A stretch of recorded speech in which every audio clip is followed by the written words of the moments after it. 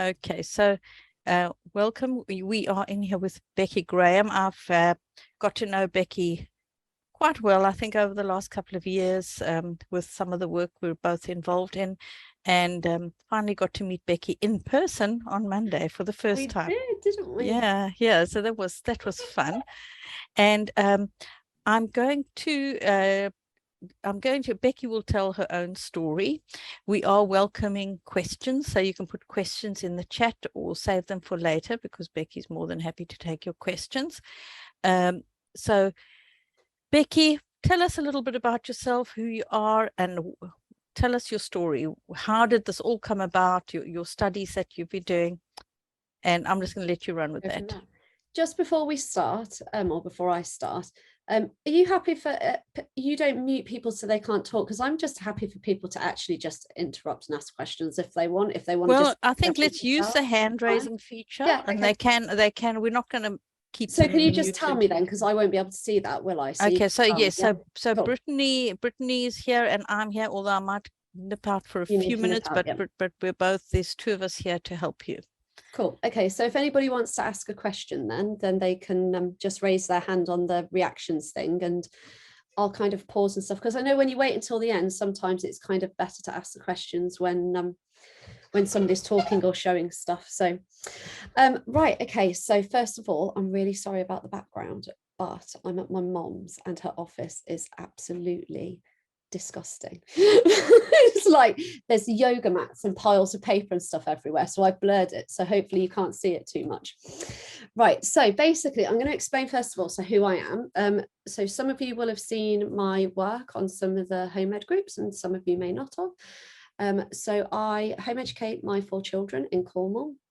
We've been home educating for about 8-9 years now, something like that. My eldest son has he's his second year into university, and second eldest, who's 17, is now at sixth form doing A levels, and then our 2 youngest children, who are 11 and 15, are still home educated. So where to start from on the story of my life to try and keep it condensed down as to why I started doing this. So basically, I was a photographer before I started home educating. I'd been working as a commercial photographer. I've been doing birth photography, baby photography, family photography, that kind of thing. And my arts practice all the way through has kind of interwoven, like, in and out with what's been happening in our lives, or in my life personally. So for example, when I had cesareans, that kind of led to me doing birth photography, because I wanted to be able to see the children being born, and then I wanted other people to be able to have that. And then I started doing kind of like breastfeeding and baby wearing photography, and it kind of, in my arts practice, evolved along with where I was at as a mother, really, and as a family. So we started home educating, and we tried a little bit like structured to start with, and as my daughter pointed out to me yesterday, that didn't really work, Mum, but you were just trying to find your feet, it's okay. I was like, thank you, darling. It's good to know that I haven't had any, like, long-lasting bad effects on my child that didn't want me to do anything structured by trying to do the whole sit down at the kitchen table and do stuff, which is great for some people but definitely wasn't great for my children. So basically, I started off doing that, and then we very quickly moved into a more kind of autonomous way of learning, very child-led. I would say kind of at that point in time, we were very much world schooling. We were traveling a lot pre-COVID, mostly around Europe, but also in the UK, like it's not in Europe, but you know what I mean. And so whilst we were traveling, I was photographing my kids a lot, not even when we were traveling, just all the time photographing my children. And so as we started home educating, I started photographing their educational journey, not to photograph that, but just as a kind of, a mom photographing her kids kind of type thing. And basically there was a couple of things that led to me doing these projects. So usually I show the photo when I do this, but I can't do it because I'm not at home. It's usually on Zooms, it's sat behind me, the photograph that kind of made it all happen. So you'll have to imagine in your mind's eye what I'm describing. So we took our children out of school, and I think it was about a year or two into them being home educated, we had like a 6-month period where we went away quite a lot. And I was taking photos, but I wasn't really looking at them until I got back home because of traveling. And I took 2 photographs. So I took two photographs that really kind of made these projects start. So I took one of my son, who's now 17, and we were in the Lake District, and he had spent, all of them had spent the whole day basically in one of the lakes, literally like blue lips kind of thing, didn't want to get out of the water, absolutely having the time of their lives. And we just had like the camper van by the side of Lake Windermere. And my 17 now, he was, I don't know, 10, something like that at the time, had spent kind of the whole day building this island. You can't see me doing air quotes because I'm outside of my blurred bits, but so he had spent the whole day collecting these stones that were about kind of that big and building himself an island out of them. So he built this island, I don't know, like 6 foot, 12 foot out into the lake. And I've got this photograph of him stood on this island, and he's got like his hands in the air, like, I'm king of the world type thing. And he is literally in a pair of board shorts, and I think it was spring, but barely. It was like, blue lips, freezing cold. I'm there wrapped up, but he's like, no, I'm not coming in. I'm not getting dressed. This is like my happy place. And the joy in that moment was just, it's literally, I've just given myself goosebumps even actually thinking about it. It's like joy just like emanating from him, completely like out of the photograph. And when we took the children out of school, it was actually Finley, the 17-year-old, who was kind of the catalyst to it. So they all came out, but he was the first one that kind of made us start thinking about it. Finn's got Asperger's. The teachers at school didn't understand. They thought he was being naughty. They just didn't get him at all. He didn't have one of these horrendous stories where it's like really traumatizing and awful at school. It was just not a great experience. And we one day just decided that's enough, we're not doing this anymore, and just said, we're never sending you back kind of thing. But the difference, although he hadn't had this traumatic experience that a lot of people have, the difference between the child that had been at school and the child like a year, 2 years later that was in this photograph was chalk and cheese. It was unbelievable. And then we began to recognize kind of how being more self-led and more kind of free, and for him not having those like those school constraints put on him, enabled him to just be a lot more like who he was basically. So that was the first photograph. And then the second was we were doing a trip around France, and we were in Paris, and we went to the Palace of Versailles. And we rented a rowing boat on their lake that's out the front of the palace. And so for those that haven't been there, it's basically like the lake is like man-made, like this kind of type thing. And you can hire boats like down this end by the palace. And then most people kind of stop around the front kind of end by the palace. But we were like, no, we're going to row right the way up to the top because we can kind of thing. We had been a few times before, and we had not got very far, and we didn't pay for enough rental. So we had to stick around the top. So this time we're like, no, we're having the maximum rental, and we're going to get our money's worth by going up to the top of the lake. So I've got this photograph, and myself and my husband and my daughter were in one boat, and then in the other boat are my 3 sons. So the oldest is rowing his brothers, and then the youngest is on the left hand side, second one's on the right hand side. And it's kind of like they've got, the middle one's got his feet, his toes are like dangling in the water. It's really funny when I move my hand, look, it's like you can see the random rubbish in the background. Sorry.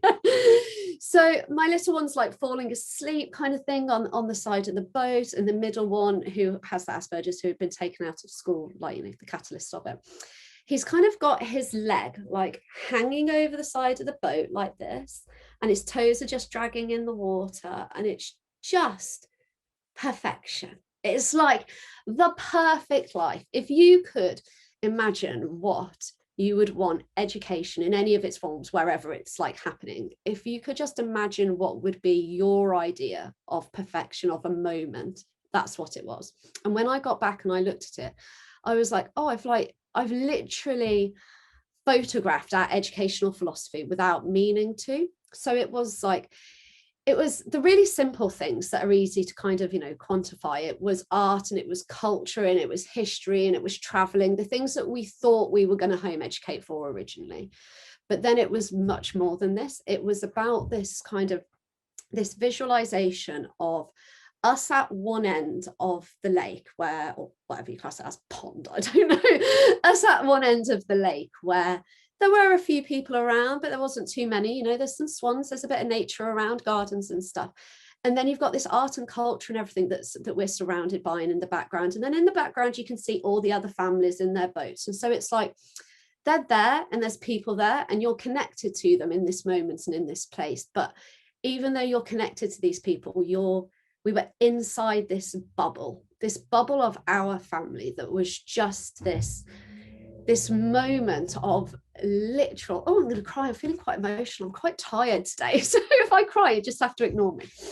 So it was everything that we wanted it to be. That is not what our home has been like for the whole time we've been doing it. I will add, it has been incredibly hard, sometimes incredibly stressful, incredibly amazing. It's been all the emotions, as you will all know. But this one moment was what I would have wanted it to be for them always, you know. And from this photograph, or from both of those photographs, so these were like, I don't know how far apart, let's just say, I don't know, a month, 2 months, 3 months, whatever. I started thinking about, I photographed my educational philosophy. I photographed what I would want our family's education, what I would like the kids' education to be. And I had photographed for the kids what they loved about home education. And I started kind of thinking, started having conversations with people in my local community. What do you think of this idea? I think it would be really good if I tried to photograph what home education is for other people, what home ed means to other families, what their educational philosophy is. And kind of I went backwards and forwards on this for like, I don't know, a year, 2 years, 3 years, whatever it was, always wanting to do it. Every time I spoke to people about it, they were like, yeah, that would be amazing. That's a wonderful idea. But I just never got around to it because I was working and we were renovating the house and I was home educating 4 kids. So I didn't have time to do it. So I can hand on heart say that I have no idea how I ended up how I ended up actually being on my master's degree.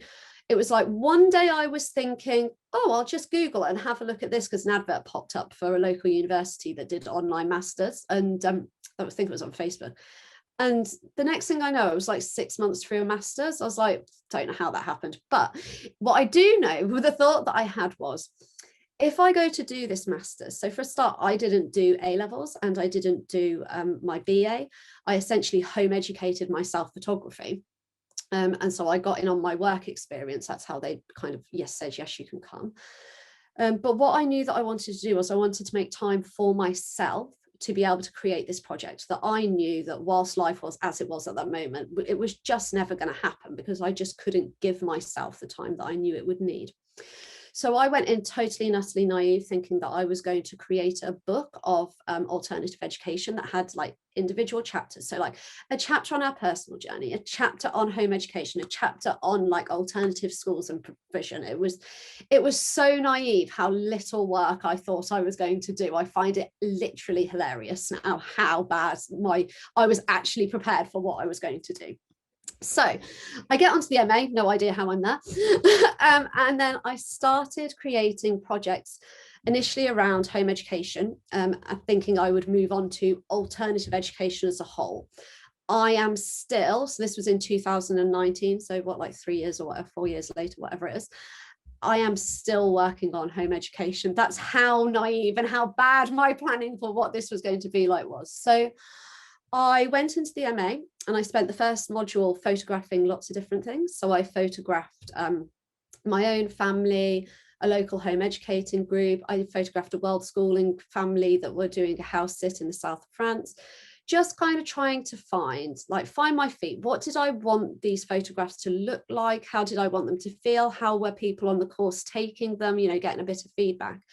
And then by the time I reached the second module, I had kind of solidified it down a little bit into, I wanted to photograph the spectrum of what home education is. So what I would say was right the way from very structured, basically school at home, following the national curriculum to a timetable, right the way through to the opposite end of the spectrum, where, and I really hate the term radical unschooling, but I'm going to use it just for the ease of the conversation, is right the way through to total radical whole life unschooling. So not just to do with the education, but to do with the whole way that a family lives. And I wanted to try and photograph as much as that's possible. So I photographed 19 families across Cornwall, and I photographed them. And actually, this is probably quite a good point to share the screen on, actually, because I've got some of these photos in there on my things. So I photographed 19 families, and I didn't get everything, you know, it's impossible, isn't it? But I got quite a good selection of families and kind of how they lived and how they learned together. And so I specifically said that I wanted to photograph them in their homes. So bear in mind, this is before the pandemic, okay? So I would never have put this limitation on this work if I had known that the pandemic was coming and everybody was going to think home ed just happened inside a home. But at the time, I wanted to do it in the home because I wanted the focus to be solely on what the children were doing, so that it was just on the style of education. And there was a secondary thing there that I'd had quite a few people say to me, oh, that's a very white middle class thing to do, isn't it? And all I could think was, Christ, middle class. I'm like, most of the people that I know that home ed are like really struggling financially to be able to do this for their children. And so it was, without actually talking about financial barriers and spectrums and, you know, all that kind of stuff, it was almost inadvertently talking about you know, the financial side of it without making it a big thing at all. It was just something that was there. And so if I go to some of these photos, I will show you some of the photos that I did. So the project went absolutely brilliantly. I had loads of families sign up for it. After the 19th family, I became really poorly because I had like kind of squished them into like a 3-4 week period. And it was like an insane amount of work that I did. So after the 19th one, I was like, okay, we need to stop now. I've definitely got enough and I can just carry on next module. So I don't need to do them all now, kind of thing. There you go. I'll leave you on that for a minute. When I started taking these photos, so bear in mind, I wasn't friends with lots of them. I am now, but I was acquainted with a lot of them, knew them through Facebook groups and stuff. And they all know, as Juliet can attest to, how terrible my memory is. Like, I will literally be in the middle of a conversation and forget what I'm talking about. So I said to these parents, I was like, would you mind if I recorded it just on my iPhone? I'm not going to do anything with it. It's just so that when I go home, I was thinking I would put quotes like the one on the screen at the moment alongside the images when I presented them, whether that was online or whether that was in an exhibition. And when I was having conversations with people, and we do it as like, you know, as home educators or educators in general, is you'll have really interesting conversations that you never saw like where it was going to lead. And so I didn't want to not have the recording because I wanted to not have to think about remembering things. So I didn't want to lose my focus on what I was doing with the photography or being in the moment with the parent having the conversation. And so I had just been recording them, and I had like hours and hours and hours of audio, just chats basically, and the kids like playing and working and stuff in them. And then accidentally one day I was editing some of the photographs and I was running out of time before my hand-in date for the module. So I decided that rather than trying to listen and then edit, I was going to do both of those things at the same time. And I was actually editing one of the photographs of a family playing in the woods, and I was listening to the audio at the same time. And it was basically a break in that, like, I wouldn't even call it an interview, it was a chat, you know, it was a break in the chat. And all you could hear was the kids playing in the background, like giggling and laughing and just having the absolute time of their lives, kind of thing. You know, they were a group of kids that were like, the children were kind of aged probably like 8 to like 13, 14. And they were like literally like running around and screaming and giggling and laughing like you would think that, you know, like 3, 4, 5-year-olds would do, kind of thing. And it was just amazing to listen to. But having that audio alongside the photograph completely changed the dynamic of them, of how even I, as the person that had taken them, or as a home educator, how I viewed them with the sound of the person's voice or with the family in the background was totally different to how I viewed them on their own. So I started talking to the parents and actually saying, I really want to do an actual recording. I think I want to take parts out of it. And I went back to the ones that I had photographed before, saying, would you mind if actually I did use some of this audio? Luckily, they were all like, yeah, that would be absolutely fine. Feel free, knock yourself out, kind of thing.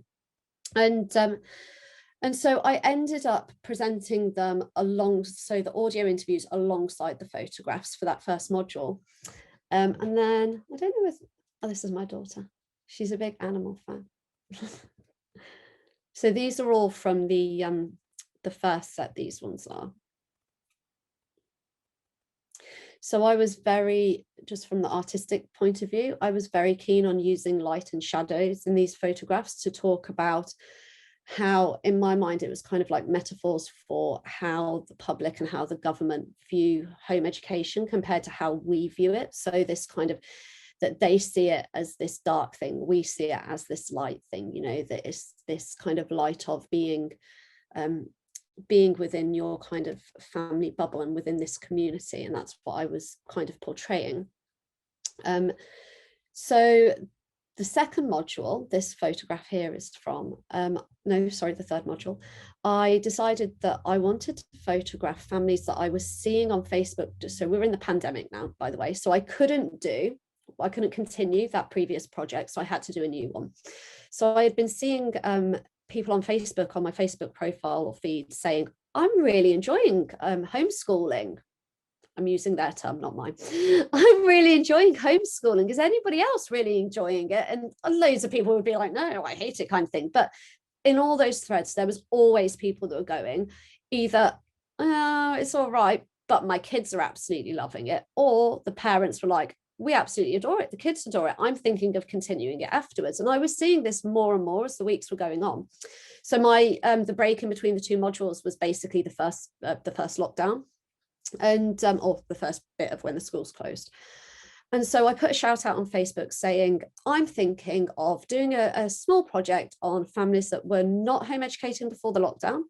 Then they trialed homeschooling during the lockdown, and now you are considering doing it long term afterwards.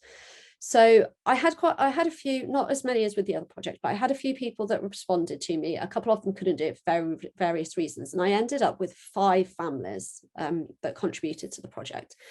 And just by an alignment of the stars, they were 5 very different reasons that they were looking at it. So 2 were looking at it for COVID reasons, and 3 were looking at it for philosophical reasons. The 2 that were looking at it for COVID reasons were total opposite ends of the spectrum. One family, the mom didn't believe that COVID was real, didn't think that it was a thing, thought it was a conspiracy. The other end was a mom that was so scared and anxious about it that was why she was looking at home educating long term, is because she didn't want her kids to be in an environment that she thought was unsafe. Whereas the mom that thought that it was not real, and she thought it was going to be damaging to the children's mental health in schools, being socially distanced and having to wear masks and not touch their friends and stuff like that. So the same reason, or the same catalyst, but 2 totally different opposite ends of the spectrum. And then the 3 that were looking at it for philosophical reasons, this family that's up on the screen at the moment, they just, as it says, it was nothing to do with discontentment with school. We just wanted to spend more time together. We've all enjoyed the time to do things together, and lockdown in particular forced us to slow down and realize what was important to us. So that was their reasonings for looking at it. It was just time. They loved the time together that they had been missing out on whilst their kids were at school. One of them, the child had only been at school for a couple of months, and her mom found that when she was out of school during the pandemic, she had just totally fallen into an autonomous way of education, and her child was just thriving and she loved it. And then there was another one that a little boy who was not diagnosed officially, but was the mom believed was on the spectrum, would go to school, have meltdowns every day when he would get back from school. And the day that the lockdown started and the schools closed, he didn't have another meltdown at all. They just completely disappeared. And she said that in no good conscience could she send her child back to school, knowing that removing him from that environment had completely made his life that much easier for him, and that much more kind of safer and secure and stuff. So they were all very different reasons. And Really interesting, smallest scale project ever of five participants, but the 2 that were looking at it for COVID reasons ended up sending their children back to school, but the 3 that were looking at it for philosophical reasons, all of them deregistered their children from school, and all of them are still home educating now. And I find that really interesting, even though it's super small. It would be interesting to try and replicate that now on a larger scale, to see whether that actually happened, like, you know, the majority across the board kind of type thing. So that was what I did while the kind of the pandemic and lockdowns and stuff were going on. And then this is all from the first one. So I'm combining things with quotes about, I had an article in Juno magazine, and we combined that with some of the quotes about why the parents chose to home educate and what their educational philosophy was. So this mom, Lisa, said, "My educational philosophy most closely corresponds with unschooling. However, I try to avoid using a label as I find it too restrictive. Instead, our educational style varies depending on the emotional and educational needs of the children. We have had periods where we have used some quite structured techniques, and then periods of time where we have needed to be completely free. My guiding principle is to respect my children as equals and to respect their needs and desires." For those of you that are on phones and it's too small to read. So this was the only family that I did photographs outside of on that first project, and I absolutely love the photographs, but it's totally outside the realms of what the other ones kind of are in the homes. So the other project that I did during the whole of the MA was I photographed my children. So I did what was essentially a 2-year diary of our families, and when I went into it, they were all totally autonomous, child-led, unstructured. And then as the time went on, they just started their GCSEs, I think it was, when I went into my MA. And so although I would still say that they were child-led, they were unschooled, they chose to do that. It was a very different style of learning. And so I photographed over the 2 years this progression of 4 children, and by the end of it, I almost had 2 adults and 2 children. And it ended with during the pandemic, my eldest went to university. So he was actually in the middle of he had just started A levels when the pandemic hit, and they stopped the exams.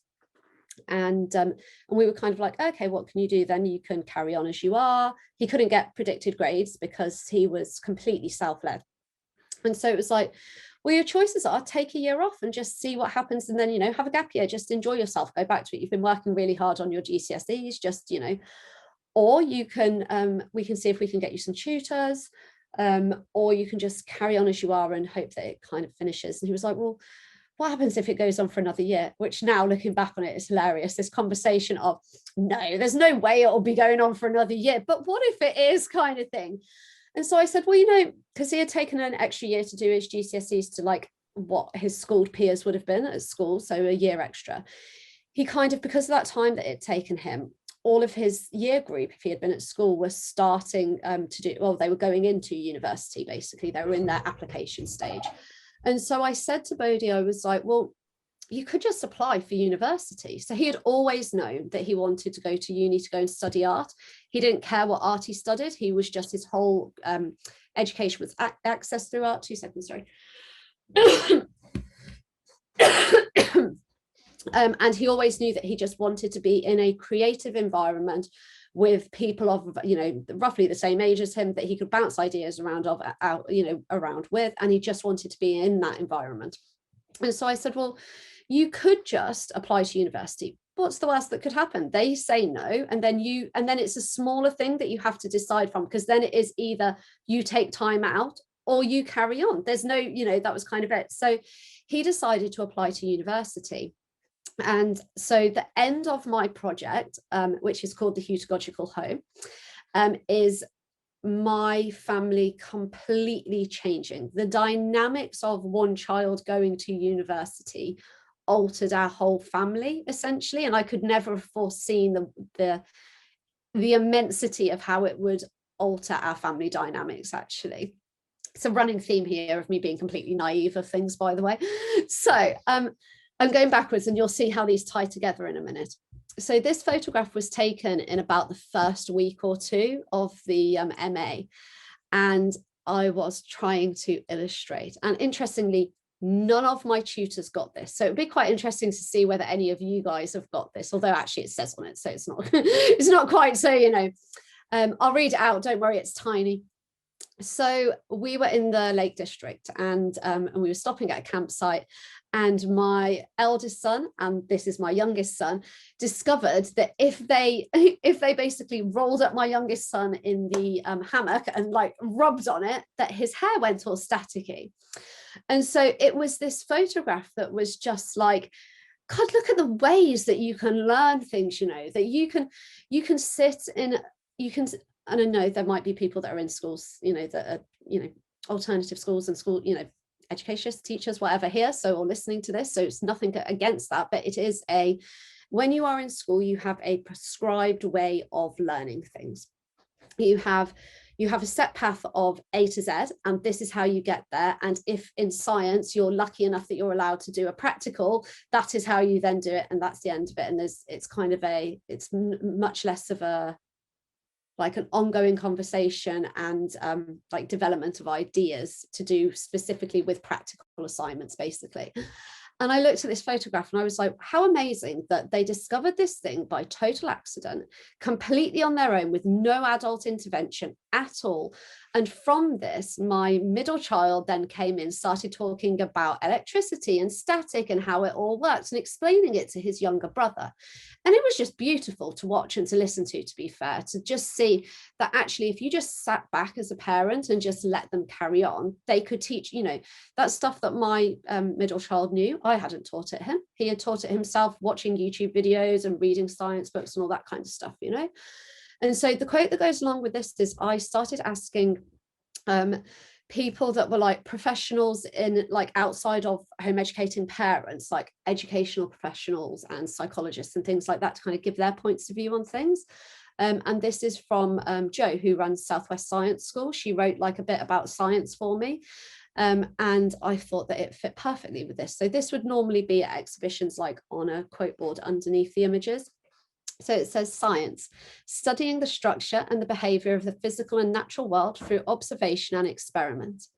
We often forget what the study of science is in the modern education system. We train our children, hang on a minute. We train our children perfectly in the art of memorizing, but train them less to become scientists. Scientists are inquisitive. They ask questions and problem solve to find answers. They learn skills and information, not to regurgitate in an exam, but to cure a disease, make advanced technology, or to explore new solar systems. There's a lot more to what she wrote, but it's very much along the lines of, is that when you home educate, it gives you the freedom to be able to discover different ways of doing things, and actually just to discover the love of learning for learning's sake rather than learning for the exam. So it's my daughter. Sleeping is a large part of, I was having a conversation with somebody about this the other day, and on one of the groups. Sleeping is a large part of what I actually love about home ed to do with our kids, is that they're able to follow their like natural cycles of things, and that when they need to sleep or they need to rest or they need to have like downtimes, they can. And I was really trying to capture that in the photographs, that that if you're knackered and you're in school, then you've just got to put up with it. There's nothing that you can do about it, kind of thing. Whereas they're free to be able to kind of listen to their body a lot more. And also life skills are good and we do need them. So actually, I'll come back to this in 2 seconds, because once I play the audio, it buggers up my, sorry, Julia, it messes up my, my PDF. So this last image is from when I was on the MA and I was doing Zooms all the time for it because it was online. And my son and my daughter had been doing a couple of workbooks, and my son came to me when I was in the middle of Zoom, and he gave me this note, and I took a photo of it afterwards because I was like, how perfect is that? You know, like, I'm completely preoccupied. He was doing some work and he was like, I'm going to stop work now. And that was it. There was no like, oh no, you need to do some more, or oh no, I need, you know, I need to go and I need to sort my son out, or like anything like that. It was just this respectful kind of listening. Sorry, one of them's coming in. I can't shush, darling, because I'm talking to people, but you could shush. So it was this this balance of respect of, I respected him and what he wanted to do, and because it was his life to do it in, and his respect of telling me, but knowing that it was up to him what he did, kind of thing. So the audio from this, if we can see if it's going to work. Hang on a minute.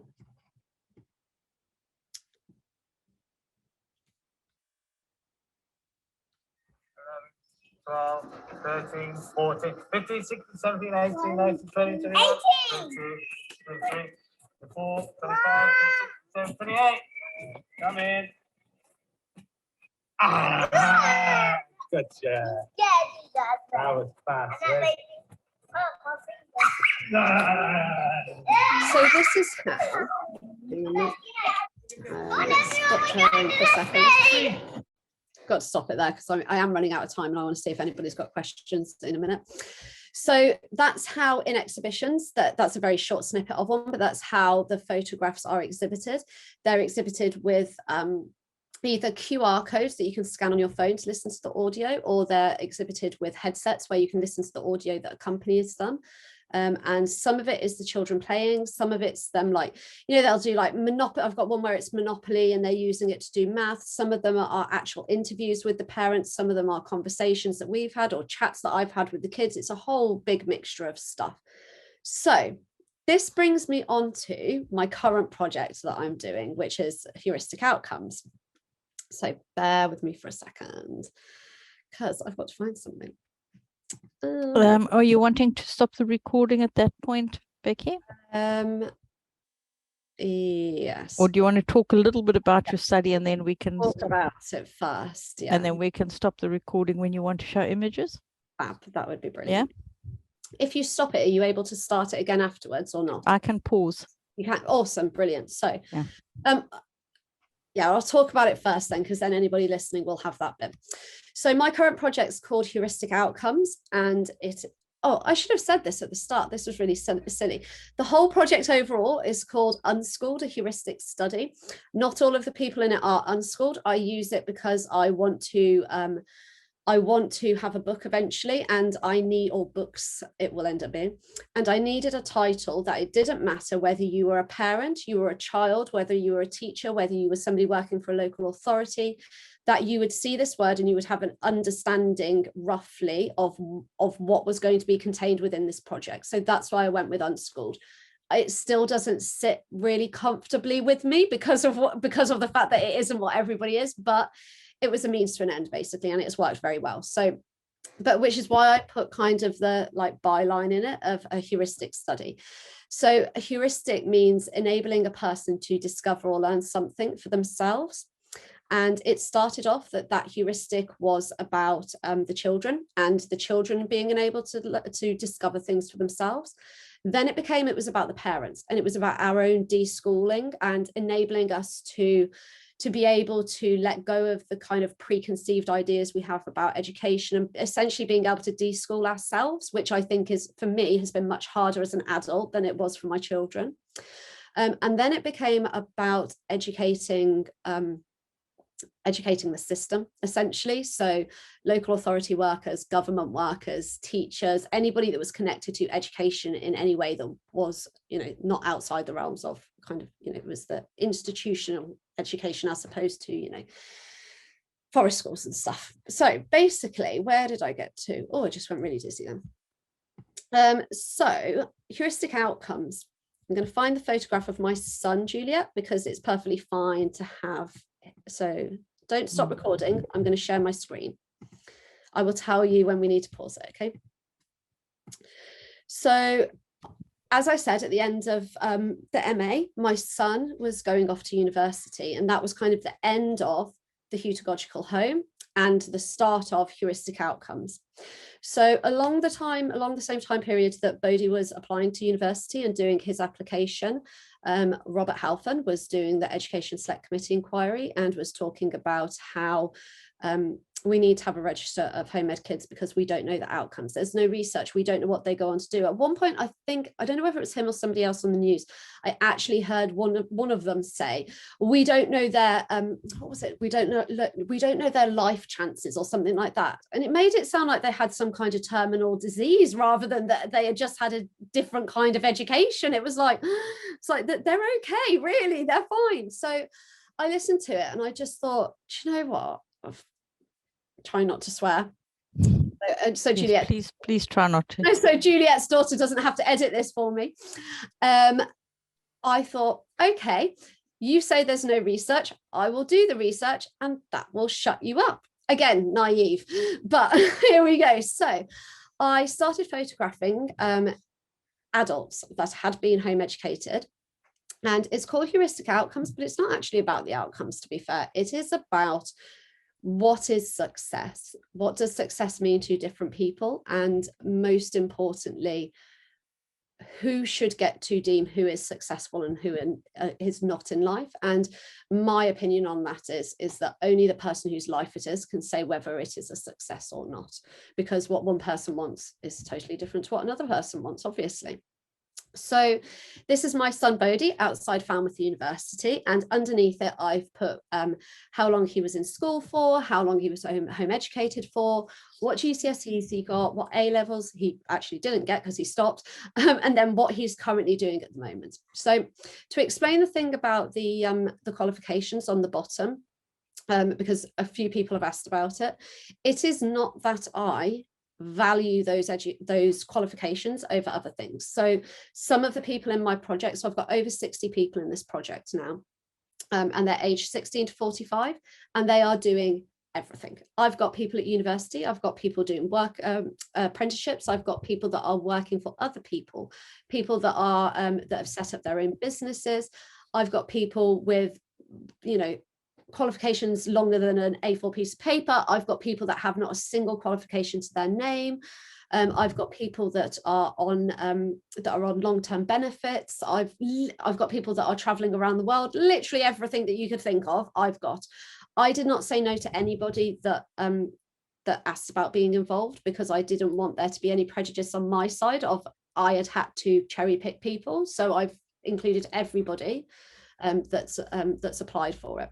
But the qualifications are, so I have an exhibition of this work in the Houses of Parliament on July the 4th, it starts, and then I've got a few other exhibitions this year of it as well.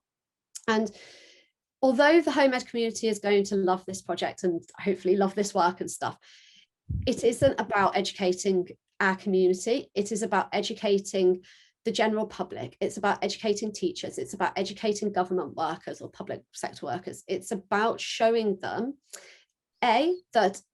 that they have ingrained biases and prejudices that they don't realize. So for example, I've got somebody in this project that is at Oxford University that only has 2 GCSEs. Now, if you asked an MP that, they would think that's impossible. So I'm not showing the qualifications because I think it's really important. I am showing the qualifications because it is really important to highlight people's own prejudices and biases and preconceived ideas, and to stop them in their tracks, because they see a photograph, they think they see something, and then when they read what's actually happened in somebody's life underneath, it's usually very different to what they thought it was going to say. And the other thing is as well is that it shows that it's not this linear A to Z kind of thing, is that some of them will have GCSEs but no A levels, some will have A levels but no GCSEs, etc., etc. So if we just pause the recording for a minute, Juliet, and then I'll so as you can see, so that was kind of like the first like 8-10 photo shoots that I did, and I've got loads more that are coming up. So I've got exhibitions of that work at Open Eye Gallery in Liverpool in October, and at the Houses of Parliament in July. And then I've got an exhibition at Bear Bookshop in Birmingham. That's for the summer holidays. And then I'm going up to a home ed group that's having like a like a summer fete kind of type thing that's going to be in August that I'm going to as well.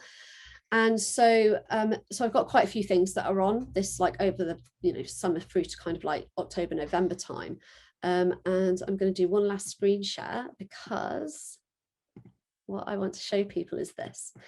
So I've posted about this on one of the home ed groups. Some people might have seen it. So for the exhibition at the Houses of Parliament, the title for Heuristic Outcomes is quite a garble. It's Heuristic Outcomes Res Ipsa Loquitur. And Res Ipsa Loquitur is a Latin phrase that means the thing speaks for itself.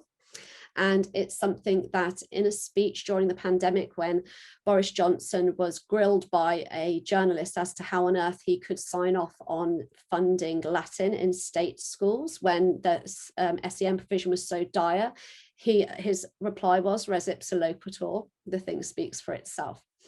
So that is kind of like my byline. For my byline, actually, I'm just like going to have a whole host of names for this project.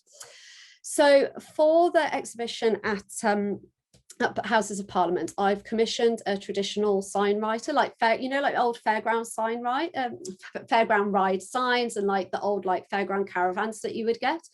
And she is going to create me a coat of arms and a home education motto, basically, is probably the best way to describe it. So at the moment, I've got a thing out on the Facebook groups asking for people to give their, hello, darling, asking for people or, parents, children, whoever, to give kind of examples of, if you were going to do a coat of arms for home ed, sorry, 2 seconds. If you're going to do a coat of arms for home education, what would you put in it? And I've had some amazing ideas for things to do with like trees and roots and birds that mean freedom. And I think it was you, Juliet, that said about the broken chains, wasn't it? I loved that one, the broken chains. So what I'm saying is, any parents that want to give ideas, feel free. If any children want to do like a kind of a sketch of an idea that they would have for a coat of arms, to send it through, because I thought I'd really like them to be involved and included in it and stuff. So I'll just flip through so that it's on the recording. So all I've kind of come up with is that I want to have a scroll like this, basically. If I go to this one that's got res ipsa loquitur on it, and then to have a coat of arms of some description. And I'm really drawn to, so this is from an artist, actually I haven't put his copyright thing on there, that's really bad. It's Peter Ward from Cornwall. He works with earth pigments, absolutely amazing artist, everybody should look at him. He basically goes around collecting like rocks and stones and dirt and making paints out of them. Our home ed group I did run a home ed art group, and we had a session with him, and I absolutely love the colors that he produces. And it was very much, when I was thinking about what home ed is to us, it's this kind of this connection to the earth and to nature, and that's why I'm going to use these types of colors that make me think of those things. But outside of, there will be a scroll, there will be a coat of arms, and these are the kinds of color palettes that I will be using. I have no preconceived kind of ideas as to what I want it to look like. What I do know is that I want to be able to do a really fancy invitation for people from the House of Lords and the Commons to be able to come to the opening of the exhibition.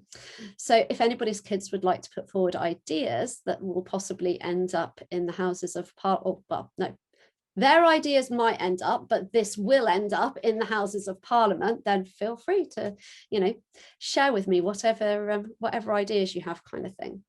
So let me stop sharing again.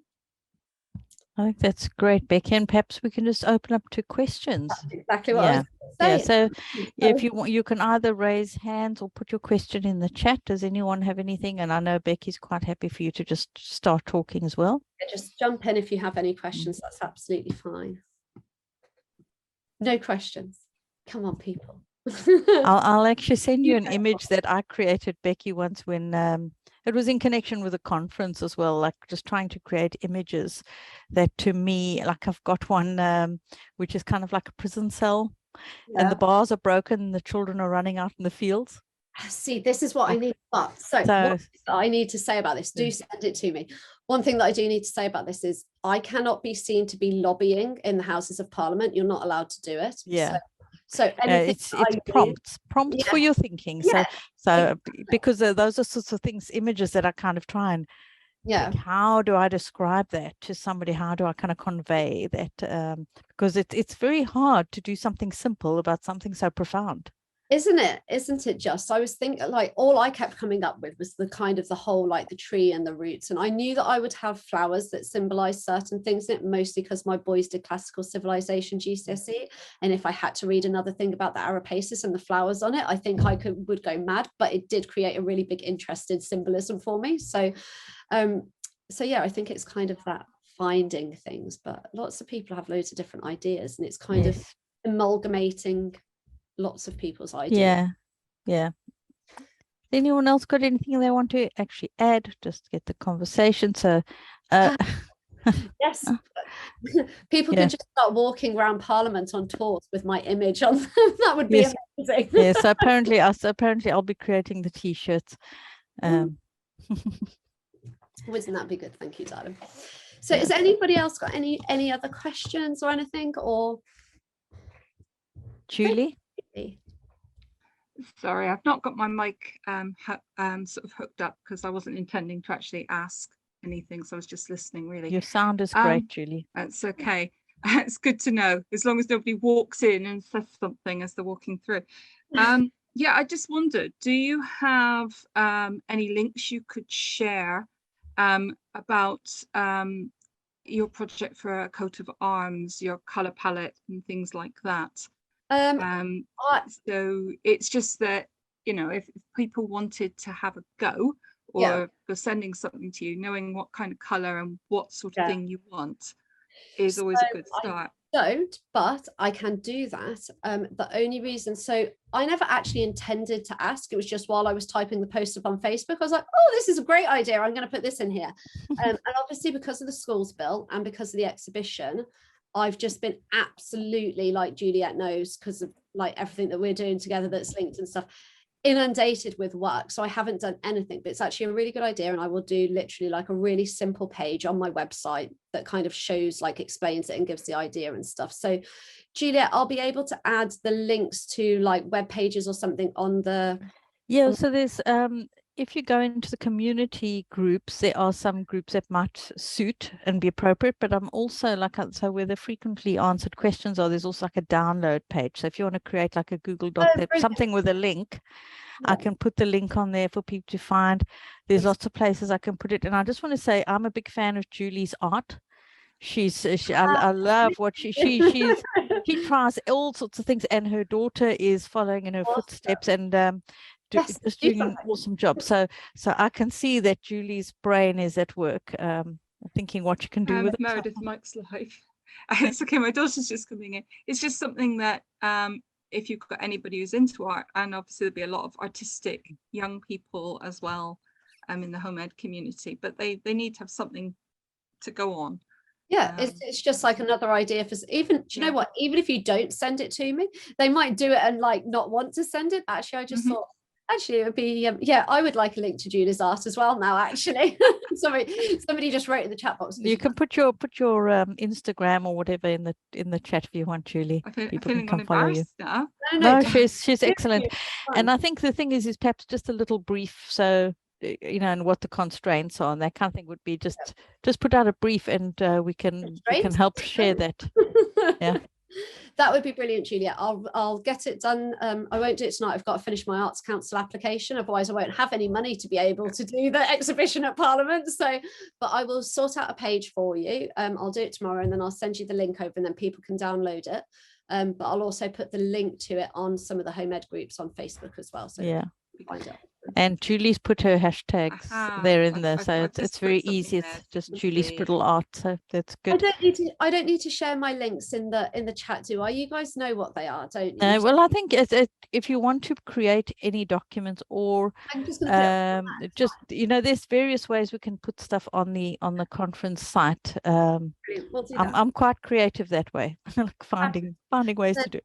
When the recording goes up from this, so if anybody watching the recording, if you're like, oh, I wanted to ask about this or ask a question or whatever, then just send me a message on like Facebook or Instagram, or email me or something. I'm literally like really sad and always online, basically, so really easy to get a hold of. So so on both Instagram and on Facebook, it's Bekkie Graham, as it's spelled on And my Bekkie, are you still looking for more people for your project?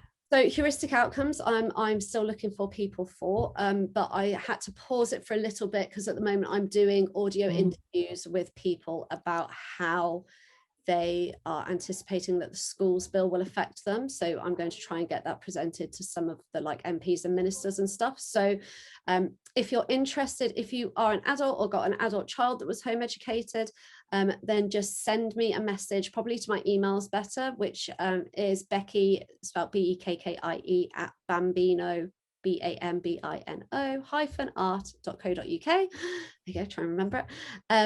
And let me know, and then I'll get back in touch with you. But it might just take a little while I just sort out. It's bambino-art. .co.uk. Yeah. Bekkie at bambino-art.co.uk. Well, you can check it and see if I've done it right. That's absolutely perfect. Yeah. And then I can talk to people, but I'm literally I'm not saying no to anybody for the heuristic outcomes. It will be going on for a really long time, much longer than these exhibitions currently. And I'll know when I finished it. And until I finished it, I'm not stopping taking extra participants, is what I'm trying to say. Yeah, I'll if you come to Coventry, I'll line my children up for you. Yeah, definitely. Well, I'm like literally, you're in Coventry, I'm in Kidderminster at the moment at my mom's house. I'm just down the road from you, but we're both a bit busy at the moment, so maybe A not. little bit. Yeah. But yes, definitely. Yeah. So okay, so thank you so much, Bekkie. I mean, I found that enlightening because I've known little bits and pieces, but that's given me a much better idea, and I think it's incredibly powerful. What you're doing, I think the visual thing is very, very powerful, and I just hope that it gets that attention and changes some perceptions, because that's a big part of overcoming the struggles that we're in at the moment. So thank you very much, Bekkie, and we will see you all tomorrow bright and early. And if anyone wants to join Anya for coffee in the morning, the link is there at 9 a.m. Okay. Thanks for having me, Juliet. Bye. Okay, thank you, guys. Bye.